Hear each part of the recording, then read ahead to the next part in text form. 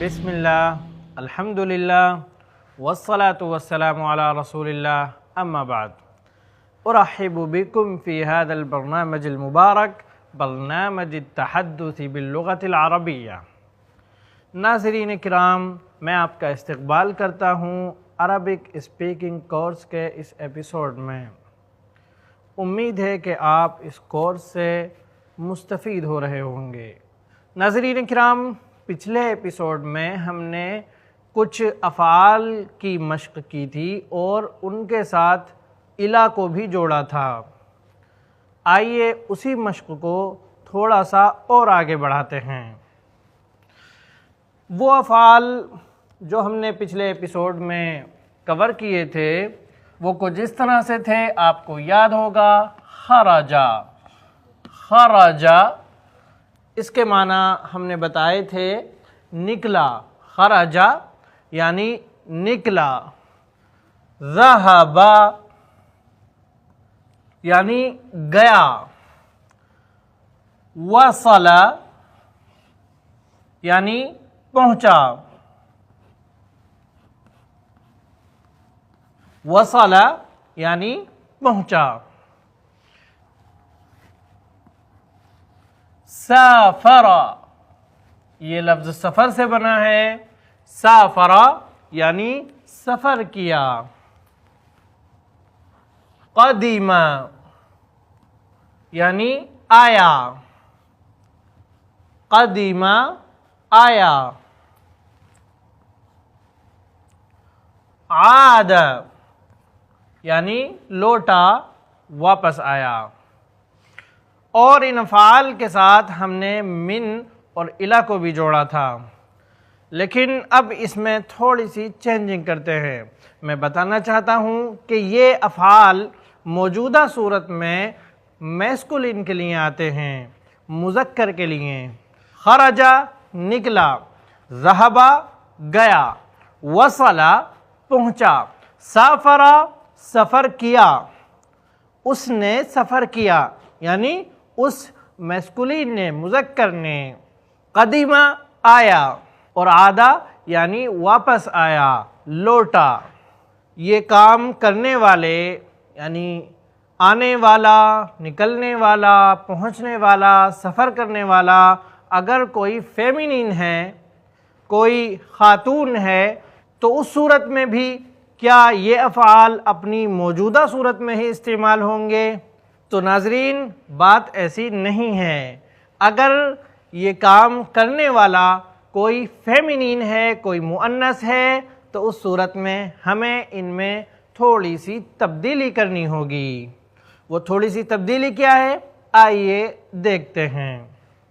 ہمیں کہنا ہے کہ فاطمہ نکلی، تو ہم خرجا کو ویسے ہی برقرار رکھیں گے، لیکن جیم کے بعد ہم تا کو جوڑ دیں گے، تائے ساکنہ، خرجت، ذہبا، ذہبا اپنی اصلی حالت پہ برقرار رہے گا، اس کے بعد ہم تا کو بڑھا دیں گے، ذہبت، ذہبت، خرجت نکلی، ذہبت گئی، وصلت،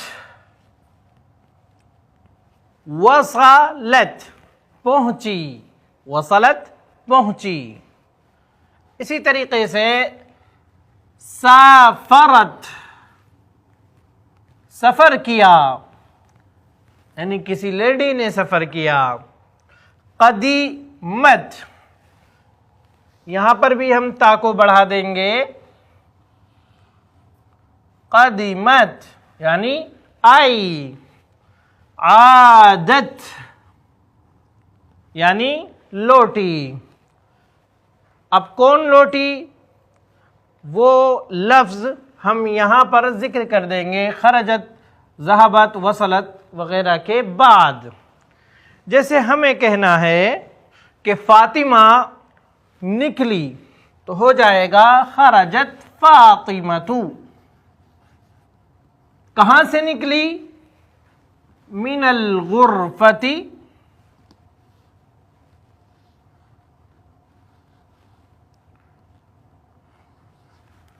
من الغرفہ، خرجت فاطمۃ من الغرفہ، فاطمہ کمرے سے نکلی، روم سے نکلی۔ این ذہبت، این ذہبت کہاں گئی؟ اب ہم کہہ سکتے ہیں ذہبت الی المطبخ، فاطمہ روم سے نکلی، وذہبت الی المطبخ، اگر ہم اسے پیچھے سے جوڑیں گے تو واو کا اضافہ کر دیں گے، فاطمہ روم سے نکلی اور مطبخ گئی۔ وصلت البنت،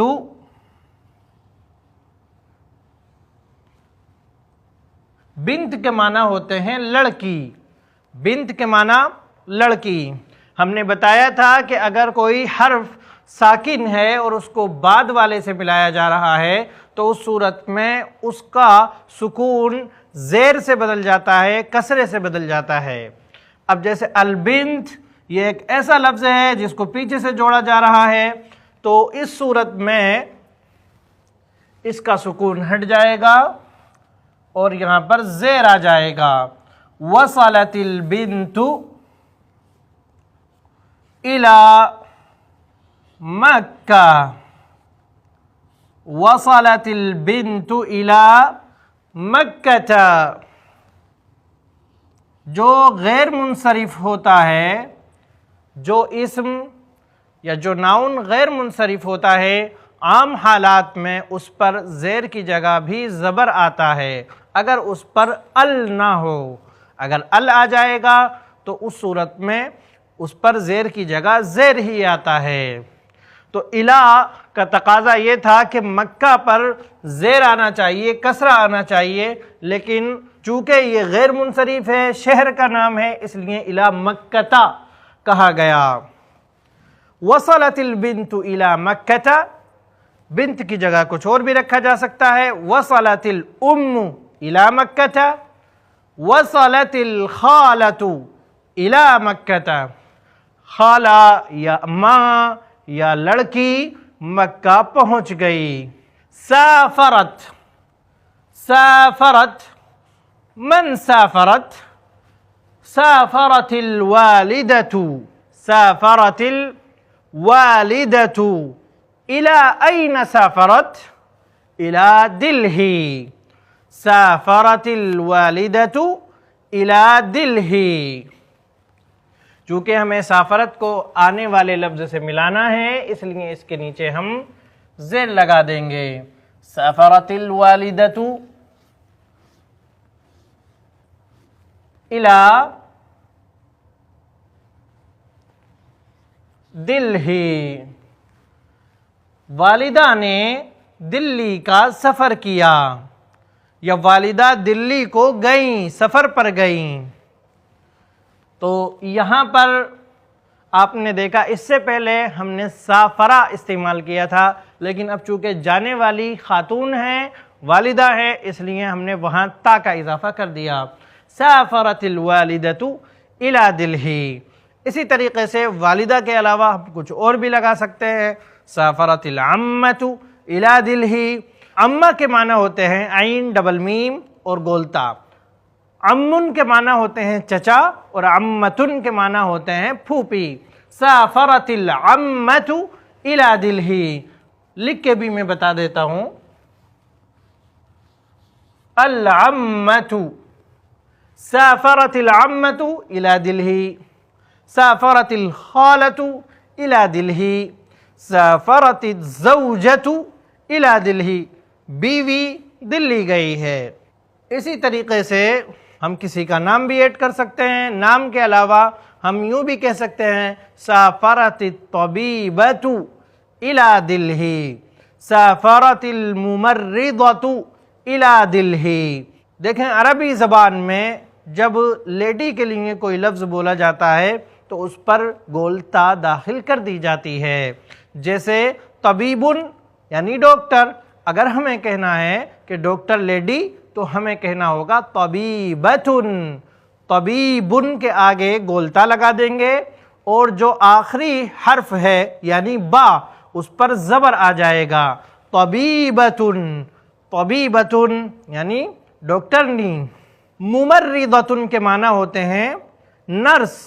ممرضتن، ممرضتن یعنی نرس. آئیے ہم قدمت کے ساتھ یہ لفظ استعمال کرتے ہیں. قدمت یعنی آئی.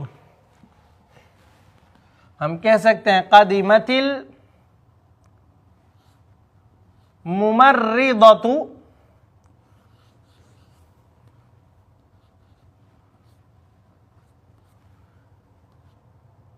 الی المریض، یعنی نرس مریض کے پاس آئی.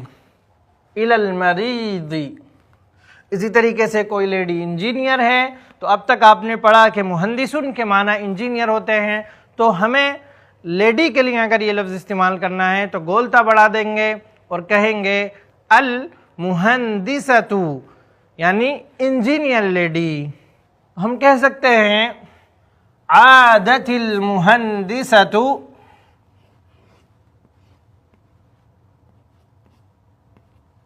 الی العمل. یہاں پر ہم سکون کو مٹا دیں گے اور تا کے نیچے زیر لگا دیں گے کیونکہ اس کو بعد والے لفظ سے ملایا جا رہا ہے. عادت المہندسۃ الی العمل یعنی انجینئر لیڈی کام پر واپس آ گئی. اگر کوئی شخص چھٹی کرنے کے بعد کام پر واپس آتا ہے تو ہم اس کے لیے عادہ اور الی العمل کا جملہ استعمال کر سکتے ہیں. اگر کوئی مرد ہے عاد زید الی العمل، حامد الی العمل، عاد الطبیب الی المستشفى، عاد الطالب الی الجامعہ.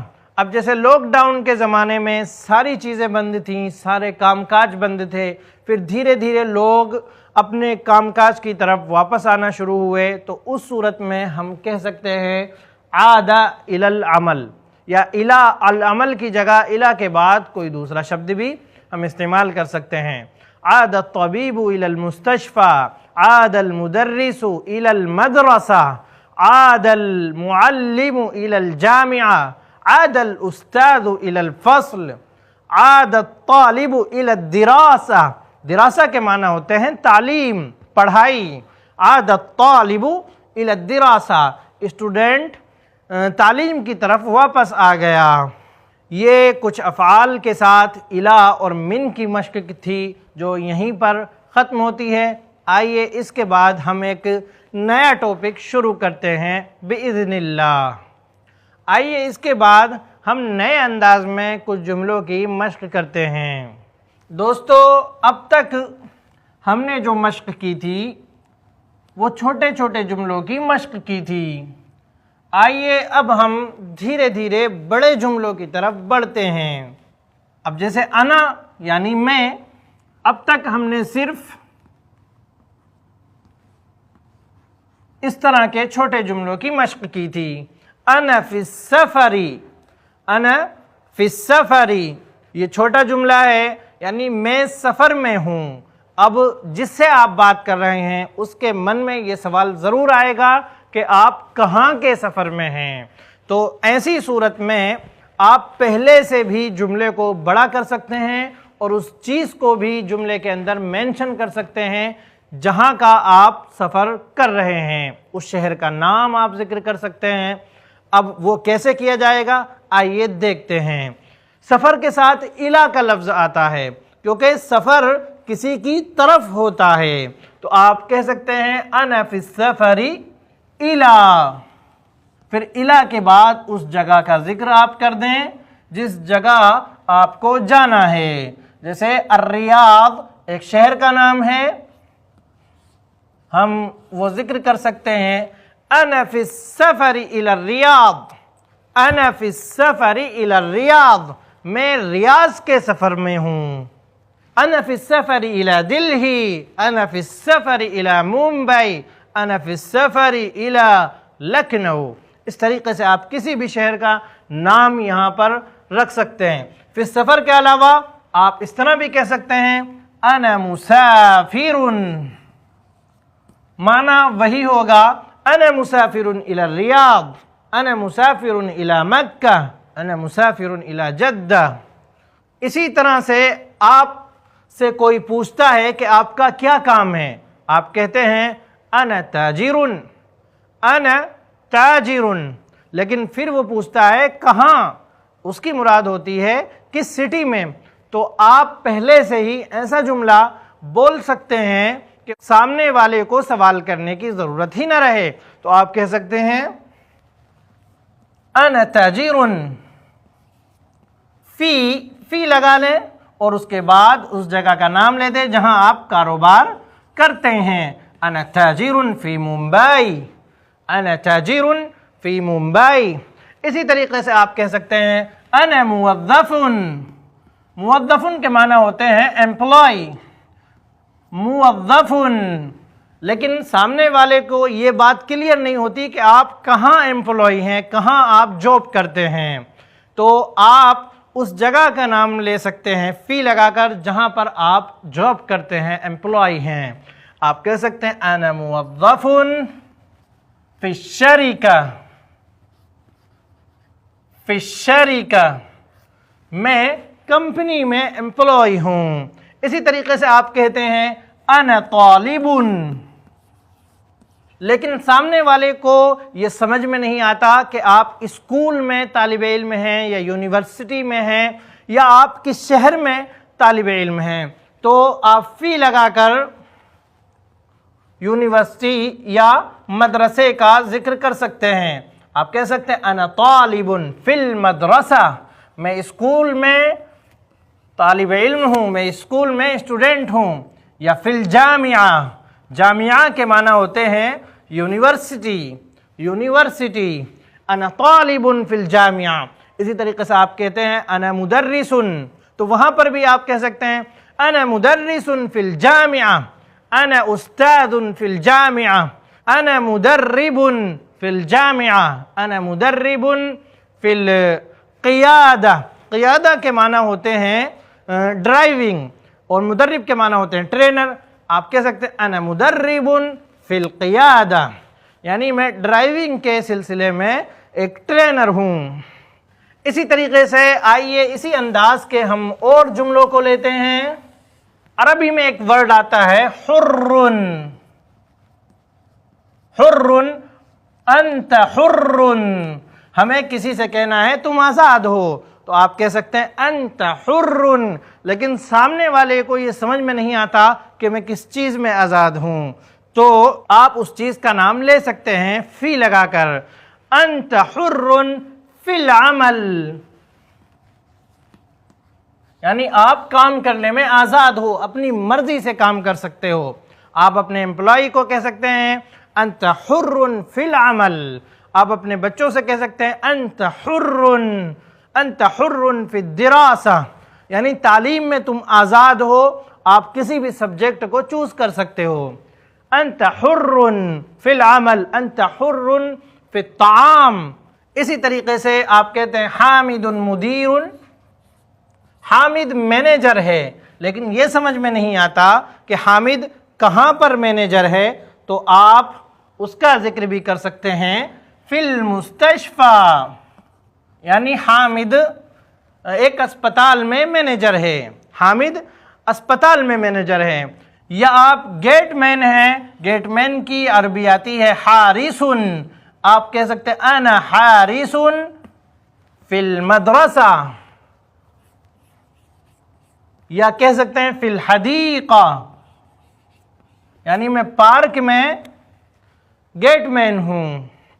اسی طریقے سے دوستو آپ نے کسی کے بارے میں بولا کہ ہوا جالس، حامد جالس، لیکن یہ جملہ ابھی ادھورا ہے۔ آپ اگر یہ بھی بتانا چاہیں کہ کہاں پر بیٹھا ہے تو آپ ضرور بتا سکتے ہیں حامد جالس، علی لگا کر آپ اس چیز کا ذکر کر دیں جس پر حامد بیٹھا ہوا ہے۔